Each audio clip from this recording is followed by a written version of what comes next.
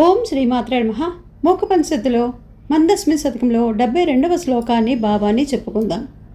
జ్యోత్స్నా కిం తనుతే ఫలం తనుమతామోష్ట్యం ప్రశాంతిం వినా త్వన్మందస్మితరోచిషా తనుమతాం కామాక్షి రోచిష్ణునా సంతాపోపి నివార్యతే నవవచః ప్రాచుర్యమాంకూర్యతే సౌందర్యం పరిపూర్యతే జగతి సా కీర్తిశ్చ సంచార్యతే. అమ్మ కామాక్షి, లోకంలో వెన్నెలనేది జీవులకి వేడి తగ్గించడం తప్ప ఇంకే ఫలాన్ని కలిగిస్తోంది. ఎంత గొప్పగా ప్రకాశించే నీ చిరునవ్వుల కాంతి మానవుల సంతాపాన్ని సంపూర్ణంగా తొలగిస్తోంది. అలాగే కొత్త మాటల ఆధిక్యాన్ని అనగా కొత్త మాటలతో కవిత్వం చెప్పే శక్తిని మానవుల్లో పెంపొందింపజేస్తూ వారికి అందాన్ని కీర్తిని కూడా కలిగిస్తోంది. ఓం శ్రీమాత్రే నమః.